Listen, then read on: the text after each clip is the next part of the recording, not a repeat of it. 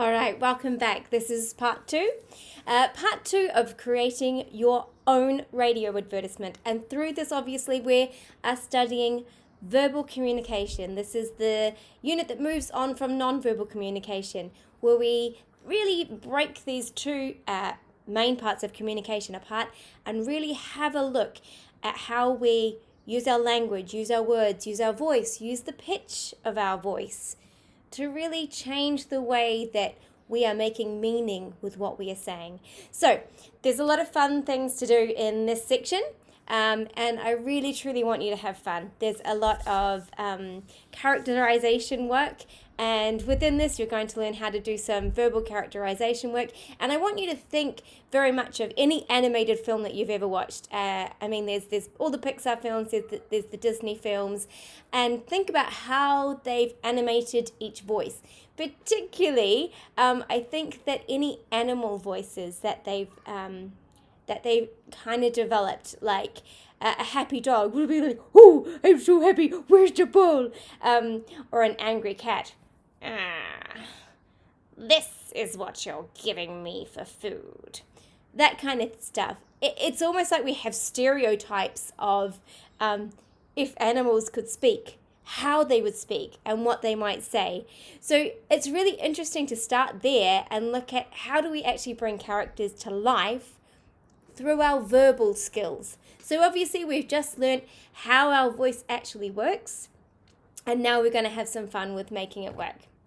All right, so we've researched and discussed what a lot of these mean, and we're adding as well speed, accent, and placement. Speed is really easy. So if I speak to you really, really fast, maybe I'm a really nervous kind of character, and I don't know quite what to do when I'm speaking really fast. And oh gosh, look at that! Oh, there's a bird out there. It might come in. Maybe it come inside. Oh, what are you gonna do? Okay. Or maybe you speak really slowly. Maybe you were doing the voice of a turtle who's just meandering along the path. Accent. Now, I'm not the best person with accents, but I'll give that a go. So obviously you've got different accents. Oh, yeah. G'day, mate. How you doing? Oh, yeah, you just turn left at the intersection up there. Yeah, you should be all good. All right? Oh, very well then. You just do whatever you like. Okay, so we can play with different kind of accents there. And placement. This is one of my favorites. Okay, so as a singer, I do this a lot in my singing work as well. So it really helps to learn about placement, to actually put your hand, for example, on your chest and think about chest placement. If I was going to do a really chesty voice, I really want to resonate the air and the sound in my chest. Then you've got a mask resonance or a nasal resonance.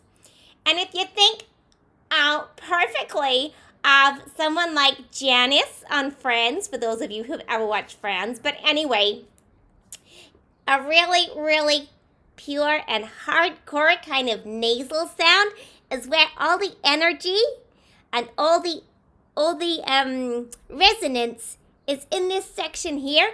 Oh my goodness, can you believe it? Can you believe it?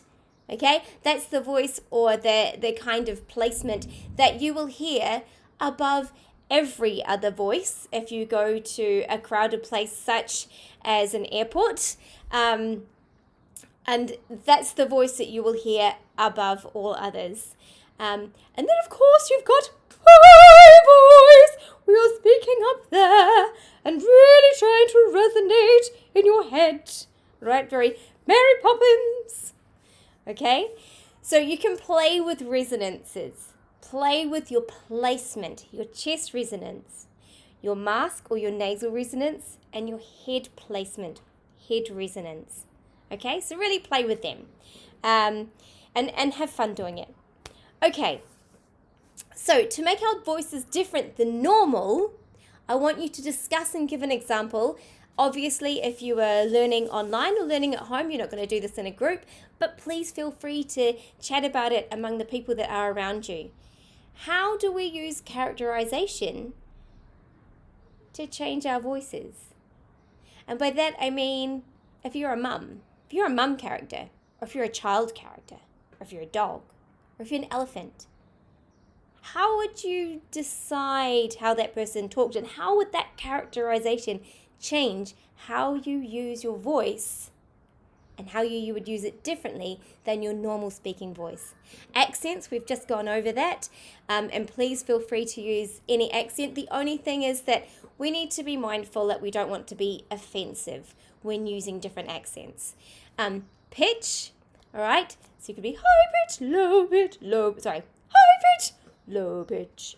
The tone, now tone's a tricky one to think about, but the way that I think is easily expressed is how your mum talks to you, yeah? If she says, I remember my mum, if she used to say my name and it would be, Katrina, I'd be like, oh, I did something wrong, I'm in big trouble. If she said, Katrina, obviously I'm using a very different tone there. Instantly, we've got two very different messages just by saying a name, all right? Emotion, obviously, that's a really easy one. If you want to speak, thank you, really struggling, about to cry. Or if you want to speak as if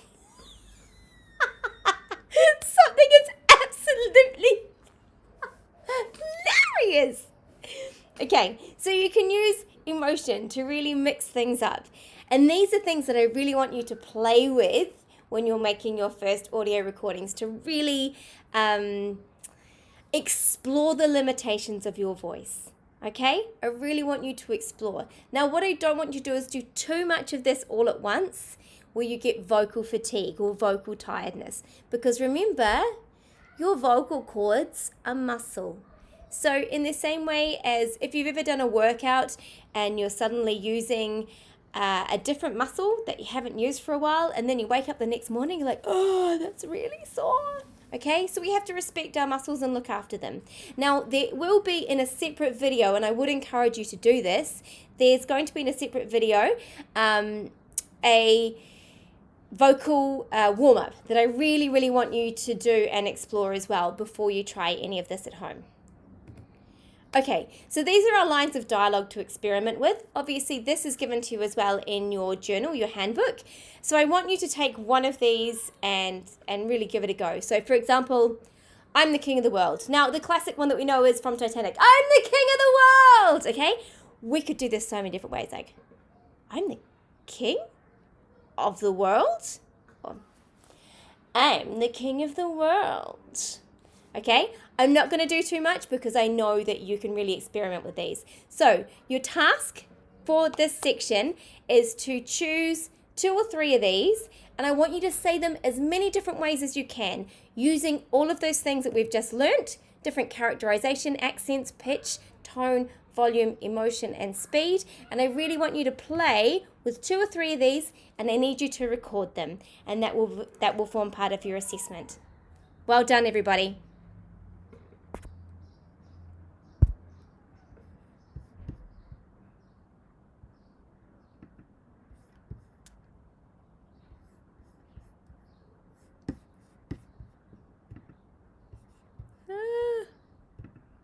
Where is it?